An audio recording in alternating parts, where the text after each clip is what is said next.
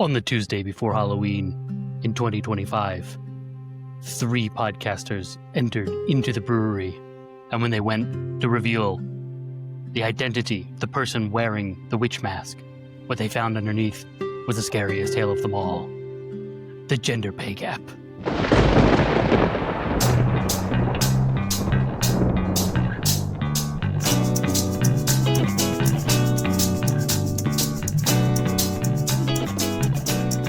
Welcome back to Seemingly Unrelated. That's the podcast where we've taken everyday thing and we trace its story. We find out its epic history, its impact on culture and society, and we deliver it to you in a neat little package that has a candle inside of it that has been lit. Because it's the Halloween Spoooktacular episode. Ooh.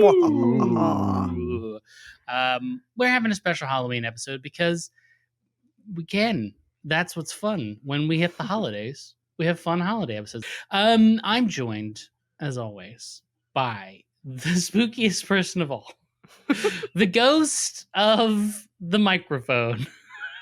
It's producer Naomi. Hello, Naomi. Hello. I feel like I should say something scary now to live up to that intro. Talk about your gluten intolerance. Maybe that will... That's just depressing. Who's that? God, that spooky voice from hearing a ghost beyond the grave. I can't quite tell who that was.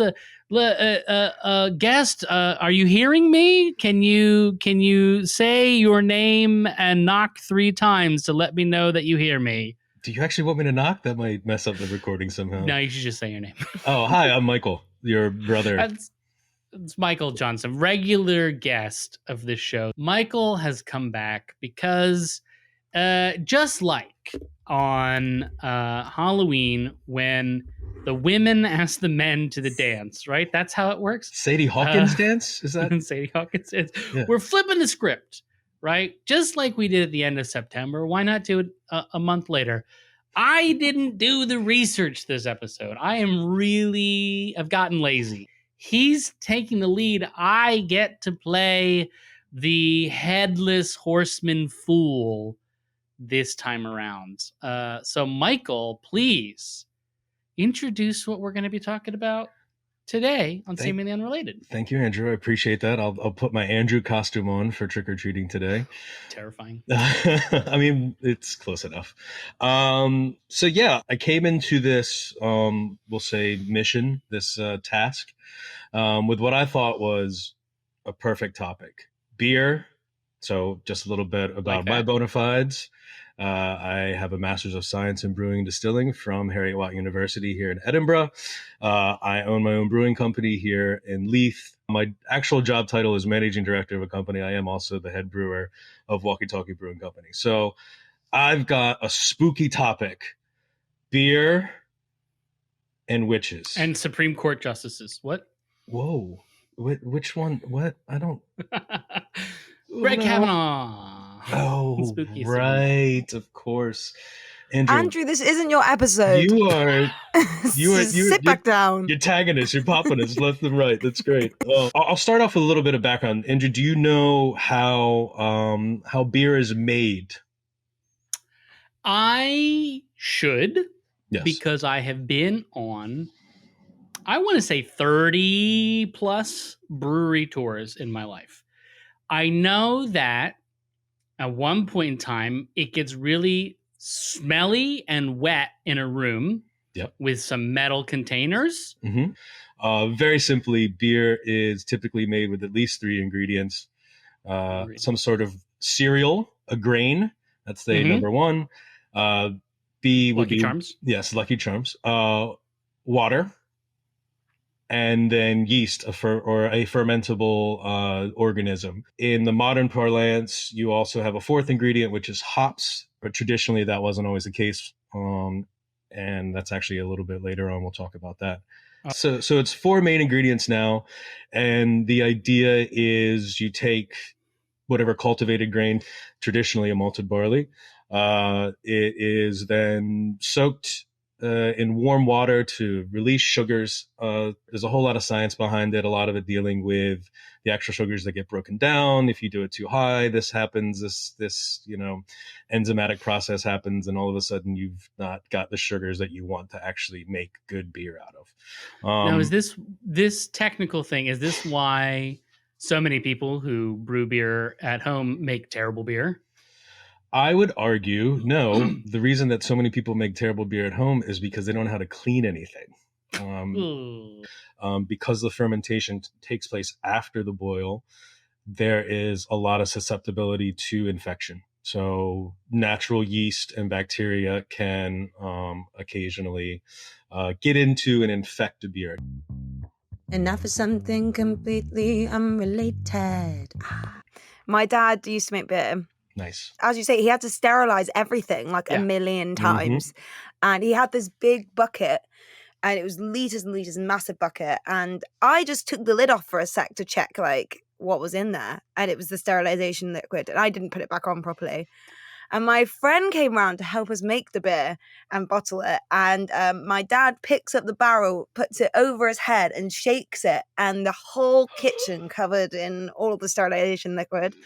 And how he reacted with my very shy friend in the room was ripping his top off. Hot. Screaming, said every swear word under the sun, and ripped his top off and used it to clean the whole kitchen, swearing at everything. And my friend was terrified, and that's what I think of when I think of making beer. Not gonna lie, Naomi, that's how most homebrew sessions go. Believe it or not. But I loved his first plan was popping his top off. That's how we got to react to all beer related situations. Yeah, exactly. Let me just pop my top off. It is a technical process that has been passed down for generations, just like the history of beer brewing, or at least ale, like the former version of beer brewing, has its roots to thousands and thousands of years of human history. We don't know which came first, as a non-water beverage, beer or milk from another animal. Research is back to 13,000 years that we've been drinking beer, at least in the records. Yeah, that's the funny thing is people go like, God, there's nothing on these islands but sheep. You're like, as it has been for 25,000 years. And and to the point with the point I would argue against the milk thing is like you look at the really history, like we've got Sumerians, the goddess Ninkasi, some of the oldest written poems where it was about the goddess of beer, and to that point, and with the goddess of Ninkasi. You want to guess, Andrew, over the many millennia of beer making, who that responsibility fell to? The home, we'll say, as a home brewer. In the home, yes. Okay. I got the feeling, Michael, that since you said in the home, it's children. The children are making the beer? Please. No, most ale making, most brewing over the years has fallen to women. The women in the household. In fact, if you really look at why beer making is so prevalent and has been so integrated into human society, you've got to look back at wastewater treatment. So we're talking not basically before the middle of the 19th century. We weren't really doing wastewater treatment. In fact, it was a Scotsman from Paisley, John Gibb, that was the first to really start dealing back in the early 1800s with sand filtration. So water not being able to be processed, you never know what your source is going to be. We're looking at wastewater management goes back all the way. There's parts of 1500 BC in Pakistan of boiling off and water treatment way back in the day. But the level that we're used to now in modern society is only about 150. 200 years old. It's always important to remember, folks, if you're black and time travel gets invented, ignore it. If you're white and time travel gets invented, you really don't want to wind that clock back any further than 1870 maybe, because it's really It smells like shit. Like everywhere smells like shit. Lots of poop everywhere. There's so much poop everywhere. Mm-hmm. Nobody's bathing. Nobody's bathing. Like Yeah. I can just put a period at the end of that sentence. Mm-hmm. It is gross. People are like, "Oh, the hotties of history" is always a fun joke people make. You're just like, no. Whoever you think would have been sexually attractive in the past, remember they have never washed their privates. And they don't have a lot of teeth. There's not Nope. really a lot going on. And yeah, one of those places you would often find the poop, as you mentioned, Andrew, is in what supposedly would be potable water. So I was about to say the butt. that too. What in the butt?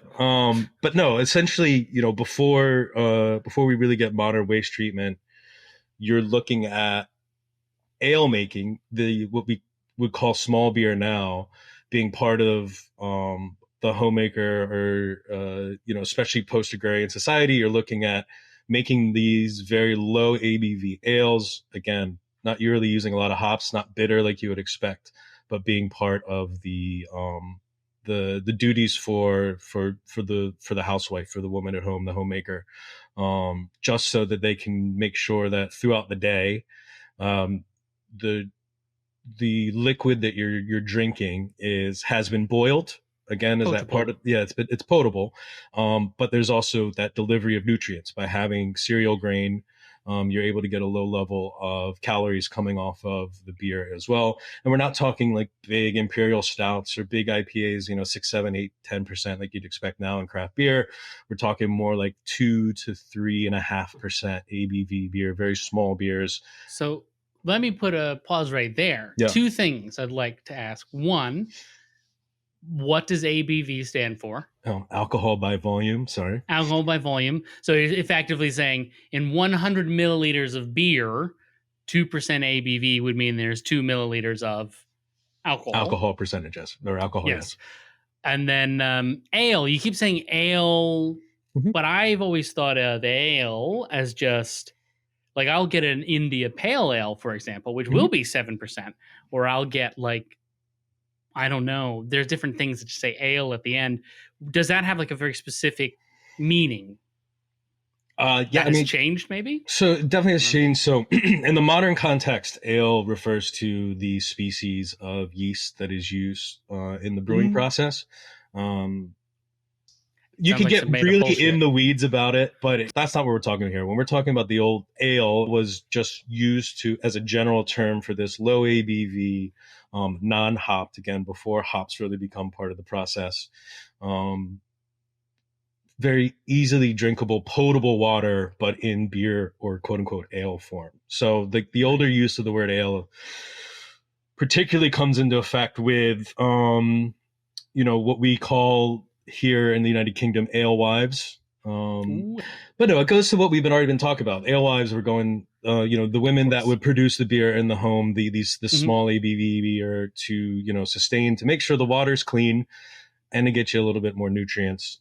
Alewives became the term that was used here in the United Kingdom to describe these women. Naomi, alewives, how does that fit in with wag? Because you introduced the term wag to me. When you hear alewives, do you think there's any kind of overlap? I think the wives and girlfriends of footballers. Right. I was like, wag. Probably. Yeah, wags are like what footballers' wives are called, wives and girlfriends. Right. I know. Yeah. I think they're beer wives, right? Because you have to drink to manage to be with one of these terrible men. Football unless you're drunk. Oh, yeah, really boring. I actually have only enjoyed football drunk, and that's why they have to drink beer all day. Yes, exactly. Yes. And this tradition of women in beer was not simply designated to the alewives, to the women making beer in the home. There's huge articles, stuff that I've included and sent off to Naomi for the notes. This huge history of the impact of women that have had in beer. And it was Saint Hildegard of Bingen who distinguished herself as the first person to publicly recommend hops as healing, bittering, and a preserving agent. and that was in 1150. So when we're talking about making beer, part of this small beer idea is that you've got multiple points of contact where you're making it more potable. So it's not just the boiling. It's also this once, she's recommended that in 1150, and you really don't see proper usage until the 1500s, regular uses of hops in beer.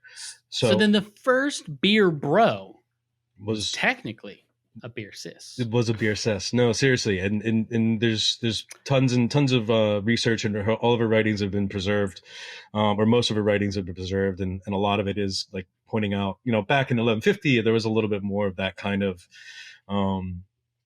pseudo medicine kind of healing and everything about it. But it was to note that one of the reasons that hops are often used is they are antimicrobial by nature. So you're trying to, the point of beer, not just in the cleaning, not just in the boiling, the addition of hops is at every stage to try to keep the beer from spoilage as much as possible. Because the point of it for the longest time was to be a potable way to drink water, as well as gain these other nutrients. So I just wanted to probably preserve. It's a good way to preserve a crop. Correct. If you've got excess cereal, hey, let's put some hops in it, boil it. These alewives, this really gets to the heart of this Seemingly Unrelated. Okay. If you go on any tour around Edinburgh, whiskey, beer, any historical tour, really, you'll hear this famous story. And this is what was really exciting me about wanting to do this episode. And, I've been privy to multiple whiskey tastings. There's a great pub here in Leith called the Mother Superior. Jane, who's the owner, she does these great whiskey and witches tastings where she'll go through the history of whiskey, from like this like kind of spooky historical framing and talk about, and I'm not trying to put any bad words on Jane's name, but a very common thought process is that the modern pop cultural witch is based off the iconography of the alewives. So what does that mean? So there's similarities. The alewives, if you look at the old literature, would wear these tall pointed hats. Pointed hats, of course. So essentially, for the alewives, they were often, married women that would go out and have this excess beer, would go out into the market, and they would sell this extra beer. Or they could be unmarried women at the time that were going in just trying to make ends meet, essentially, by brewing this beer, going out to the markets, wear these tall hats so you could see them to advertise. They also would transport these brews in cauldrons. We're talking at this point in time. If you're gonna boil something over a fire, you're gonna want a cast iron cauldron. This makes sense. This checks out.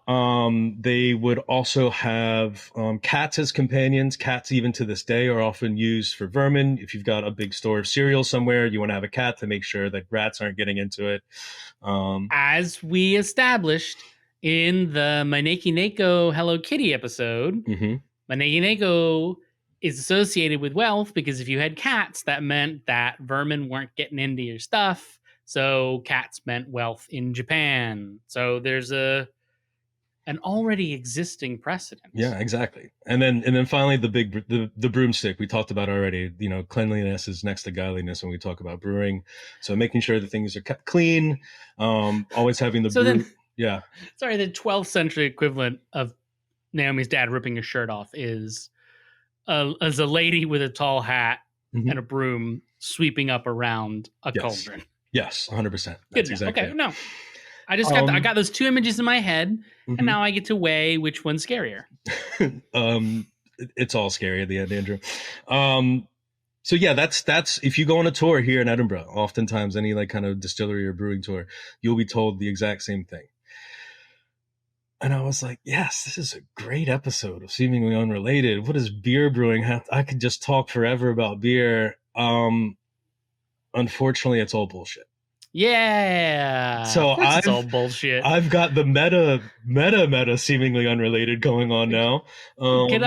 Can I just say right here, welcome to Seemingly Unrelated first-time listeners, where we consistently tell you that, is this a popular story? And it's probably fucking bullshit. Yep. And 9 times out of 10.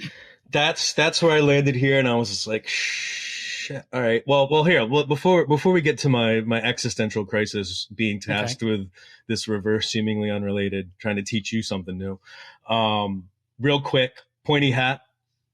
Sure. If we can start there, is likely rooted in anti-Semitic 1421 Hungarian law that dictated that people accused of witchcraft wear a tall, pointed Jew's hat.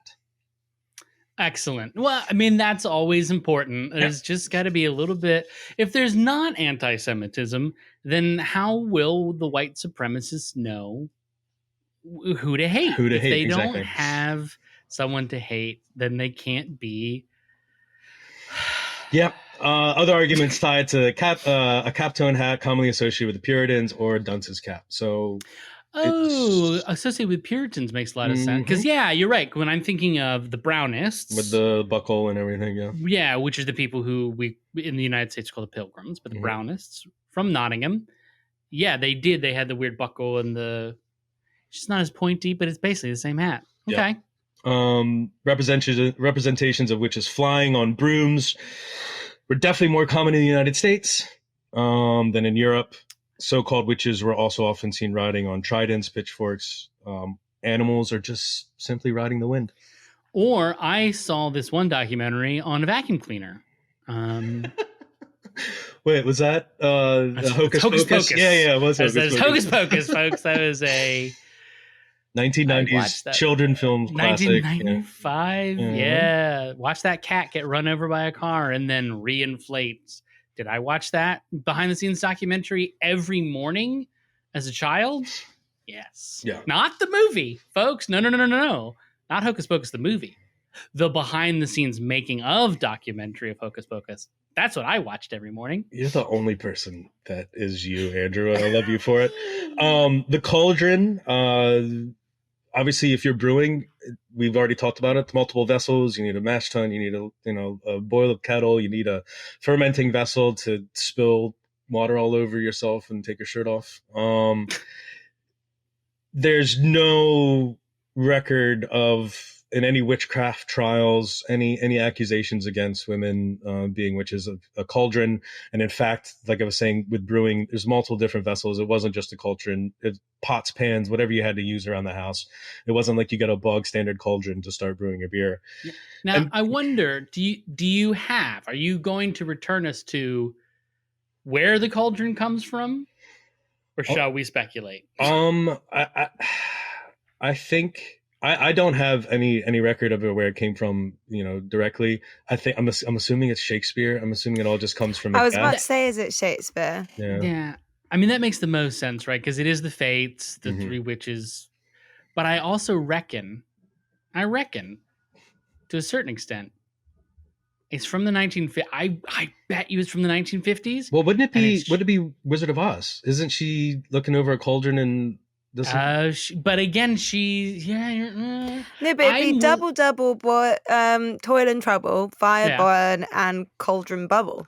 Fair enough. It's the Shakespeare quote. Yeah. I just feel like I want to point my finger at American consumerism and say it's a great vessel for carrying candy around on trick-or-treating, but because that's like, I don't know, Naomi. It's much more classy than that. I was going to say, Naomi. Did you go trick-or-treating as a kid? And now for something completely unrelated. Well, obviously, I didn't grow up in the Dark Ages. I lived in England. I was just thinking about, because I don't think it started here, right? It started like Samhain and everything. Scotland, yeah. But I think I don't hear much. Yeah, because we went trick-or-treating and got sweets, so it's not much to talk about. But Michael and I have by the way, if we can get a photo of this, Michael, when you were I want to say when you were 8, maybe when you were 7, had the most bitchin' Halloween costume. He was Rodimus Prime. Oh, yeah. AKA Hot Rod from Transformers, as made out of cardboard, and he could transform. He could go from car to robot. No, I couldn't. With that. No. Yes, you did. There's a whole thing. I remember distinctly you turning into a car. There's no chance. As lovely as our father was at creating and building things, there's no chance that I would. I think I just had like a big like cardboard thing I went around. I had a maroon hoodie, and then that was it. Like, I did not transform. I prefer to live in the fantasy land where I remember you transforming a car. No, just the last, cats, of course, like who hasn't? Cats have been kept as pets for thousands and thousands of years. So a study of records in Essex, England between 1560 and 1680 found only one woman with a listed connection to a professional brewer who was her husband. Medieval or 16th century alewives were not the cause of the modern witch stereotype, which seems to have solidified in children's books from the 18th century. So 18th century.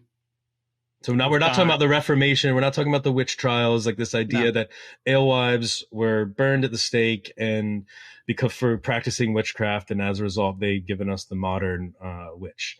That seems to be completely bunk. That's very interesting because the 18th century, not to steal the driver's wheel here, but what I remember from Richard Allen's Agricultural Revolution, 1550 to 1750, thank you very much, was that in the early 18th century, as much as 45% of daily caloric intake in England among the working classes was beer. Mm-hmm. That was their primary source of calories in a given day. Not sure if that's relevant to well, this story. You are kind of teeing me up, Andrew, because you look at again the hanged or burned witches, all throughout the Catholic, Counter Reformation, all the Protestant reforms, a lot of this was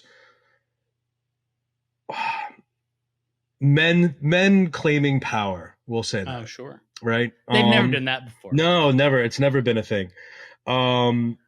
You really look at, so if for up until the 1500s, the primary job of brewing was done by women. Sure. Why did that really change? So I would argue you first start with the German Reinskobold of 1516. I don't have the exact rules in front of me, but the long and short of it is Germany says the only way a beer can be beer is with malted barley. There's a couple other, minor factors. It's essentially the same thing as the Scotch Whisky Association having rules for Scotch whiskey. Right. Germany has the same thing for their beer. They're like kind of known as like the German beer purity laws. And exactly. We want to make sure we underline the word beer when we say German purity laws. Yes, the beer.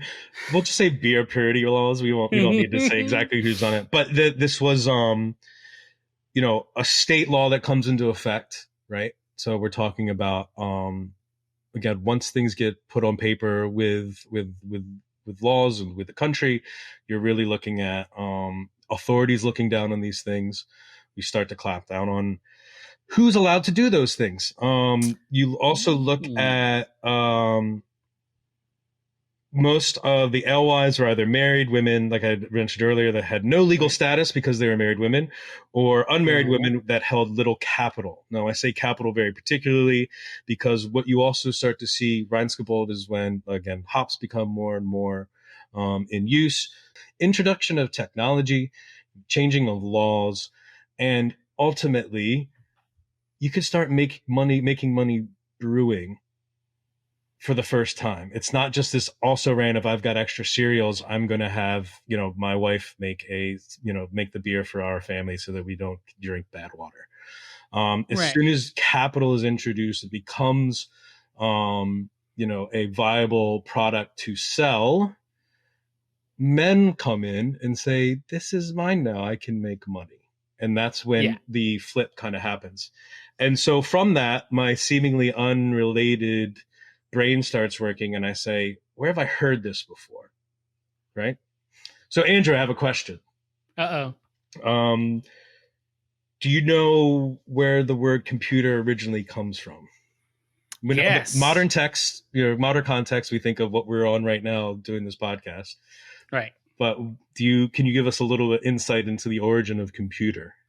So in our bonus episode, patreon.com/seemingly unrelated, we did one on women in science. We specifically talked about Ada Lovelace, who's sort of the first computer programmer. Women doing math. They were computing. They were doing computations. Therefore, they were computers and not computers. Remember, that's an ER on the end. But women doing math. That's the original computer. Yeah. So we've got 1731, Edinburgh Weekly Journal advised young married women to know their, quote, husband's income and be so good a computer as to keep within it. On top of Blackford Hill in Edinburgh is the Royal Observatory of Edinburgh. So it is a cool campus that has some really cool technology, astronomy. In the cool open day, one of the little exhibits that they had was the women of astronomy and the history of the ROE. In particular, a reason I brought up Mary Somerville is because they had a little exhibit with her, and I've sent you guys some pictures that I took there. But not only was Mary Somerville a computer. Some pictures you took there. I took some pictures, baby. Somebody did a field trip for his research. Listen, I'm trying to get as primary source as possible, all right? I love it. So in 1834, Mary Somerville made a mathematical prediction that there was a planet beyond Uranus, thus laying the groundwork for Neptune to be discovered. Sick. Then you the have last planet. Yes, there's no more planets anymore. Neptune. Not anymore. And in the same year, philosopher William Watwell coined the term scientist. Technically, coined her as the basically he called her a scientist, this philosopher Watwell, and she technically became the first scientist, not only in Scotland but in the world.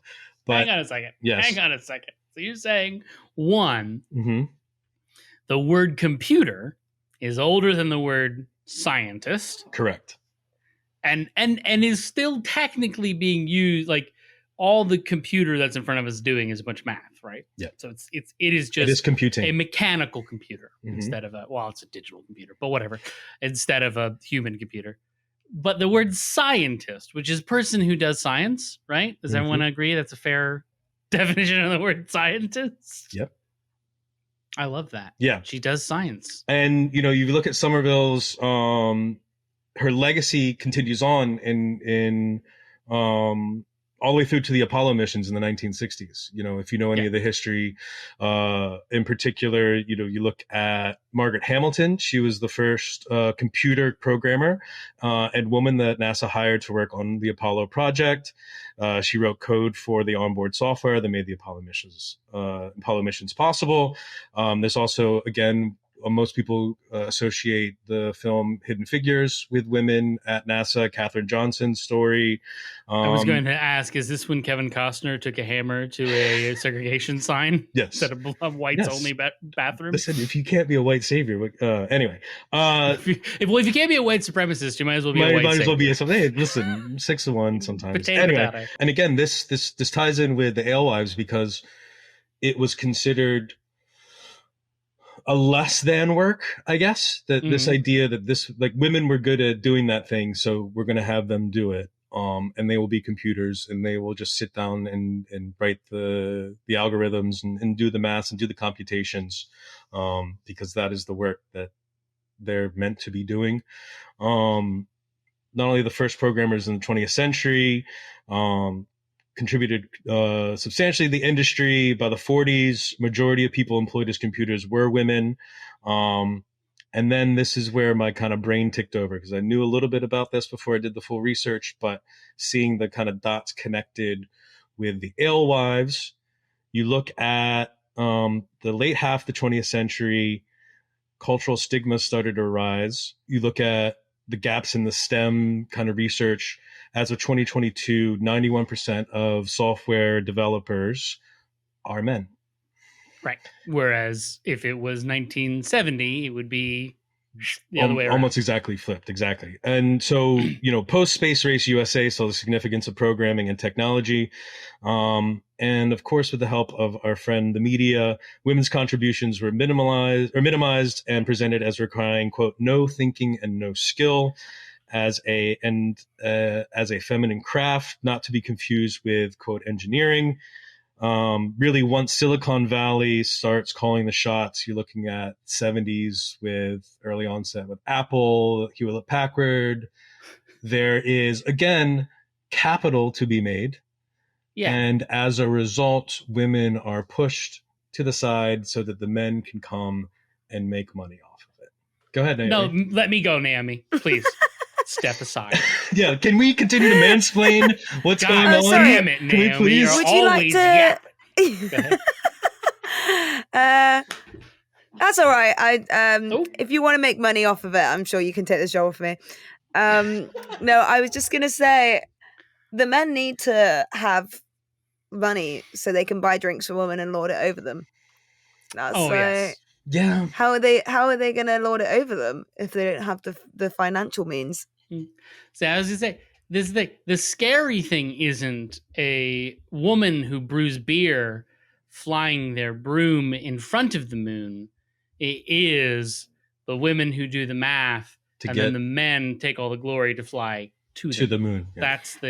Yeah. That's the parallel images. In Essex, when I used to have loads of men try and buy me drinks, because that's what the men do in Essex, because they're misogynist. Humble brag. So they come Whoa, up bro. to- I know, you're out here bragging about Yeah, all no, the don't men worry. used to buy me beer.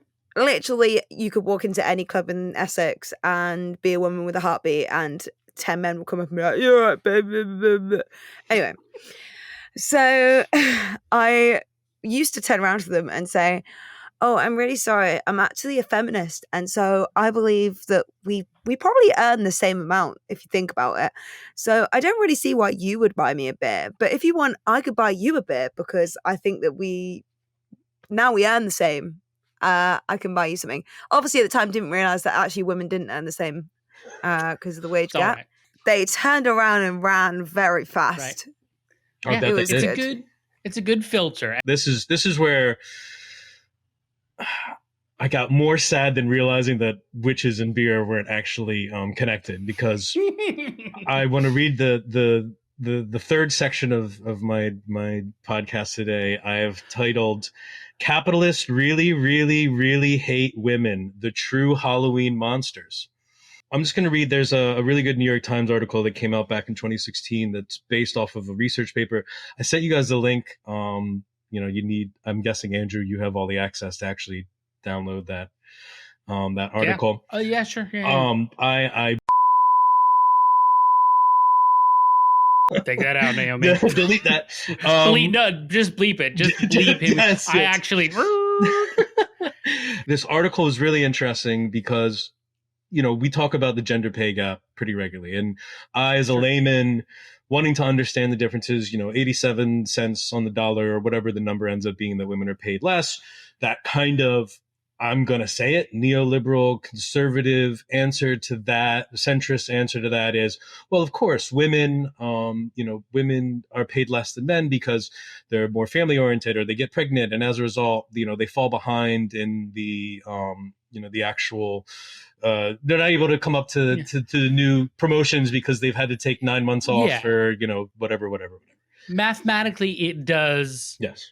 shrink that gap substantially when we factor in how many women take 6 months or a year off from work because they pushed out human life. Yeah. Which is taxing. Guess what? But that's mathematically not. It still doesn't. Guess explain what, the whole Andrew? thing. That is bullshit as well. Cool. So women, for example, so this is from the New York Times article. Women, for example, are better educated than men at current. Looking at college degrees and everything else, university degrees, have nearly as much work experience and are equally likely to pursue many high-paying careers. True. No longer can the gap be dismissed and pat observations that women outnumber men in lower-paying jobs like teaching and social work. Working in parks or leading camps went predominantly male to female from 1950 to 2000. Median hourly wages in this field declined 57 percentage points, accounting for the change in the value of the dollar, according to a complex formula used by Professor Lebanon, who's the one that did this article that I've sent you. The job of ticket agent also went mainly from male to female during this period, and wages dropped 43 percentage points. Same thing happened when women in large numbers became designers. Wages fell 34%. Housekeepers, wages fell 21%. And biologists, wages fell 18 percentage points. So you're saying every time any industry, and you have just named like that's quite a wide range. Mm-hmm. Anytime a industry or job suddenly becomes majority female, women in representation, wages suddenly mysteriously go down. Yep. Yeah. So if women became, for example, the majority of the workers in a automobile factory, we could almost guarantee that the wages in that sector would fall apart, and then those jobs wouldn't go away to China because we could just underpay women to do the work.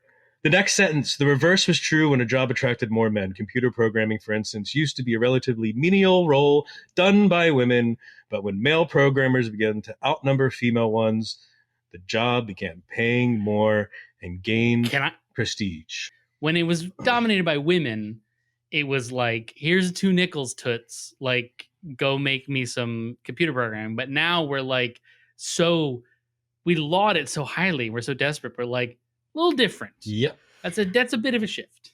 But I also think, like, I don't know if this is where you're going with it, but from personal experience, I also think it's the way we're raised, because it is also about how much you value your role.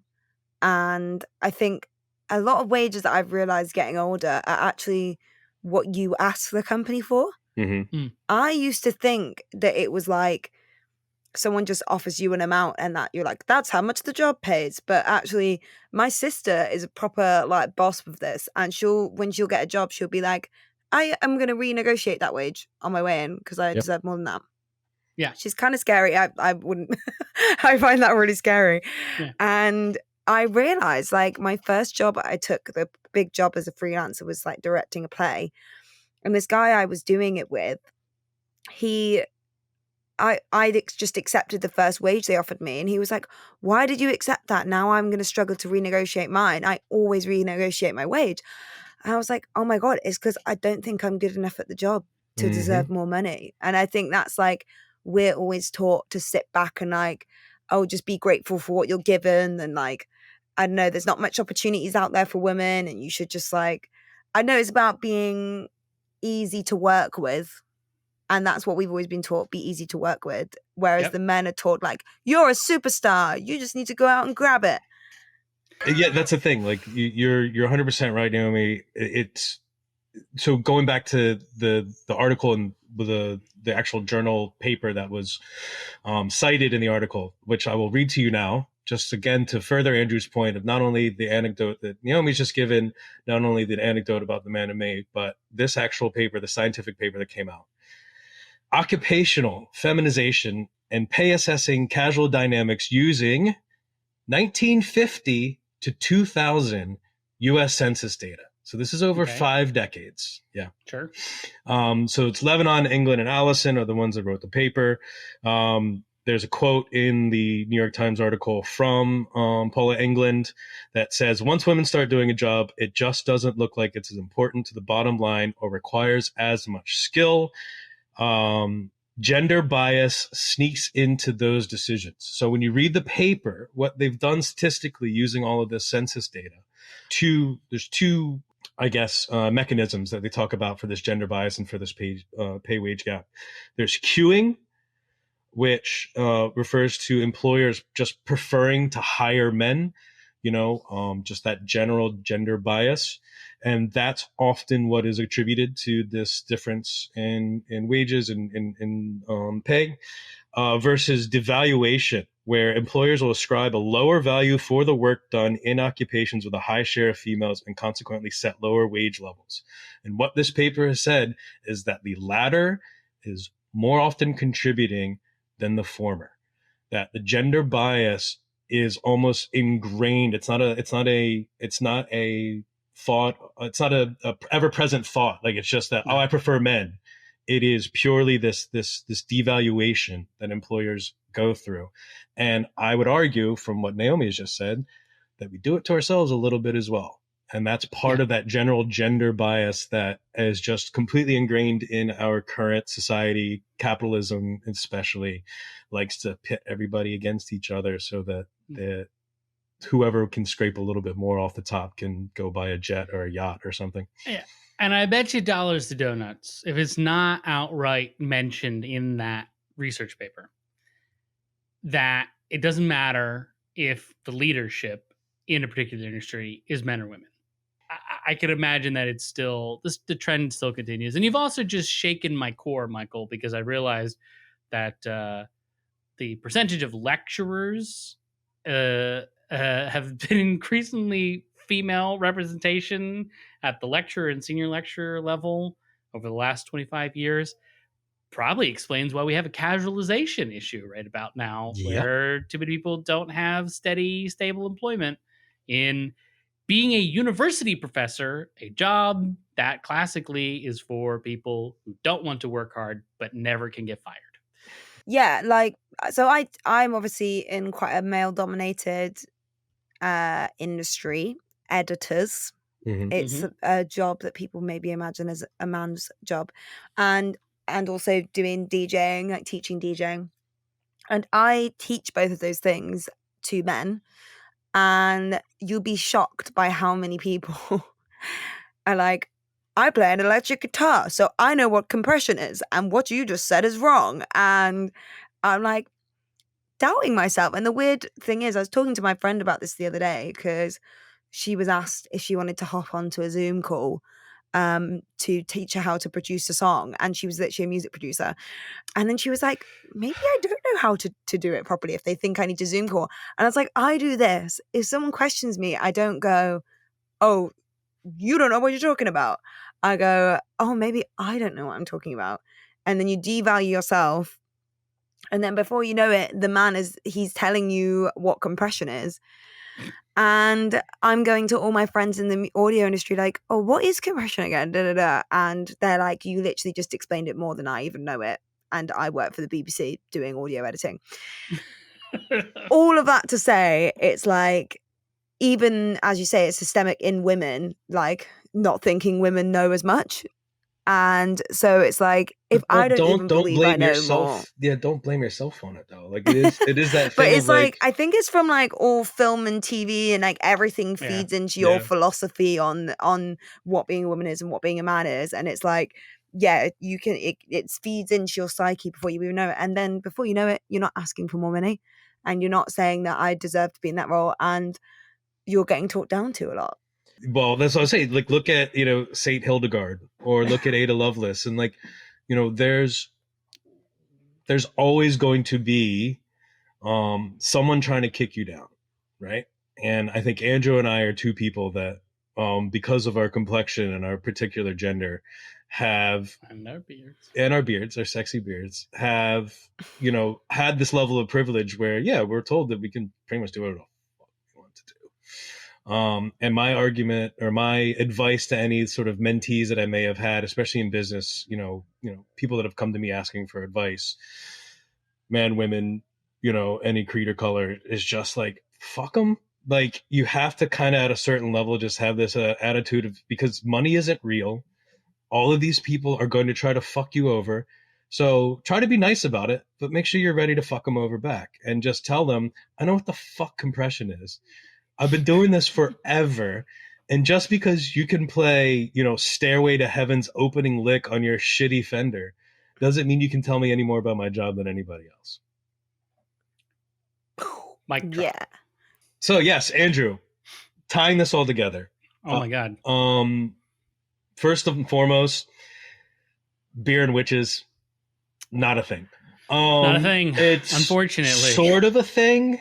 In my romanticization of this whole story, I was just like, of course it was the monks that vilified women and made them witches and burned them at the stake for making beer. It's just a nice little story from an article that came out, and I think it was well intentioned. There's obviously some maybe correlations there, but ultimately, what did we find out from my research that it was technology and capital coming in, deciding that beer can make us money. So women were pushed away. Yeah. Reminding me then again of computers, the original, usage of the word, and how women were basically doing the calculations to get man to the moon. And a short generation later, they are nowhere to be found in the actual digital space once it becomes the technology and the capital comes in to make it a new industry. Women are completely pushed out. And when I went a step further, we found out that not only is it true that the wage goes up when it becomes more male-dominated of an industry, but actually when it becomes more women-dominated, the wage goes down. It is always the thankless work that is not getting paid a pittance. So yeah, that hopefully was seemingly unrelated in the end. I somehow spookily pulled it out, but by the bolts of Frankenstein. Yeah. Sure. Okay. I'll give it to you. Thank you. I tried my best. I'll let it happen. But what did you maybe learn, I guess? Is this where I'm supposed to ask what you? Did I learn? Yes. What did I learn? I think one, I relearned and will hopefully not forget how beer is made. We can do a brew. We'll do a home brew at some point. We'll do a home brew. Yeah. That's right. I got to learn by doing and then teaching. So really, you come do a home brew with me. Yeah. And then Naomi, I will teach you how to do it. But you probably already know how to do it. I was going to say, she could probably teach you how to do it. Your dad already taught you how to do it. No, I only remember my dad popping his top off and screaming at my friend. It was quite traumatic. And then after that, I stepped away from brewing. Step away from brewing forever. I also think I learned, there was definitely, I'm trying to now remember what it was I learned that you said that, just the idea that, like, of course, as we come out of the Black Death, there's all these changes in like food purity laws, and once regulation steps in, then business is going to, in the tradition of Central Europe, they're going to come in and form some cartels and create some fucking troubles. That sounds about right. And just of course, as more women move into a particular industry, the wages of that industry, because you just think of every important job that's being done right now to hold society together: nursing, teaching, bus drivers and train conductors, retail, literally all the jobs that just like make society nice to live in, all dominated by women, all of them experiencing loads and loads of labor action because the wages are fucking terrible. So that checks out. And in fact, one thing I did read, I didn't include here, but I should have, is just like one of the best ways to combat this issue, by the way. Pay women more money. Raising just the minimum wage. Yeah, of course. What did I do? You really were happy with the fact that scientists came after computer. Yes, that was the thing. I was like, oh, wow, the word scientist came from a lady who was a computer. Mm-hmm. That makes so much sense, though. I do love that there's beer ladies, from what I learned. I didn't know that was a thing. And now whenever I drink beer, I'll be like, I'm exploring my roots as a beer wife. Yeah. So, I would say look into the Pink Boot Society. It's like a women-led coalition in brewing. Tara, sorry, let me get her name correctly in my research. Her name is so sorry, Tara Nurin. So she's the official historian for the Pink Boot Society. So a lot of my research from some of the history, and actually one of the articles debunking all of the alewives came from Tara. So if you're interested in, supporting especially women brewers, or, maybe just looking into more of the history and more of the fun facts about it, I would definitely check into the Pink Boot Society. Oh, links will be in the show notes. This does remind me that I was just listening to a podcast that was like, the future of bourbon is female, and now I want to just shake them. Yeah, that's about to get really, really cheap to pay people to do that job. I also Atlas Obscura. I also thought, I was like, do you know what? I can't wait for editing to become female dominated as it's starting to be, and for all of us to get paid way less. Yay.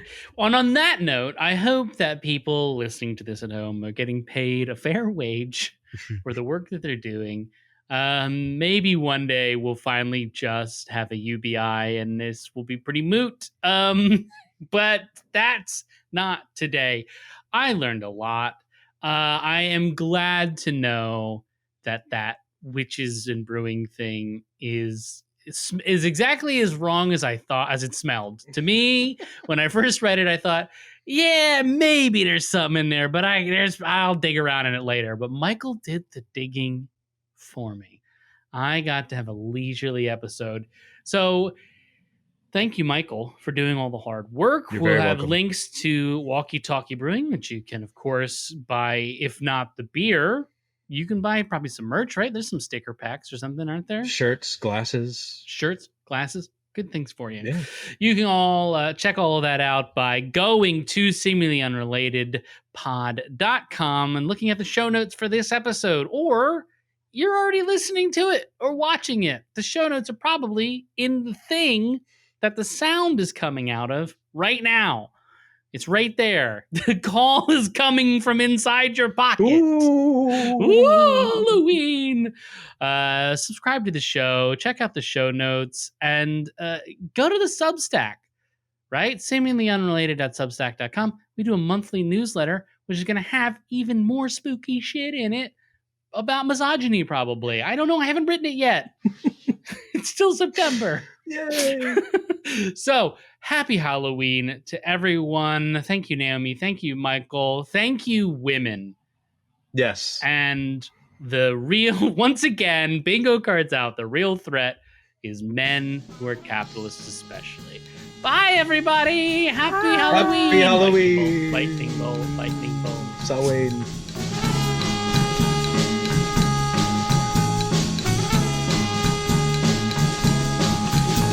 Seemingly Unrelated is a Life's Little Murder Boards production. Created and hosted by Andrew Johnstone, audio production and editing services provided by Naomi Coe. Our artwork is by Megan Zemet. The theme song is Irizumi by Pistol Jazz.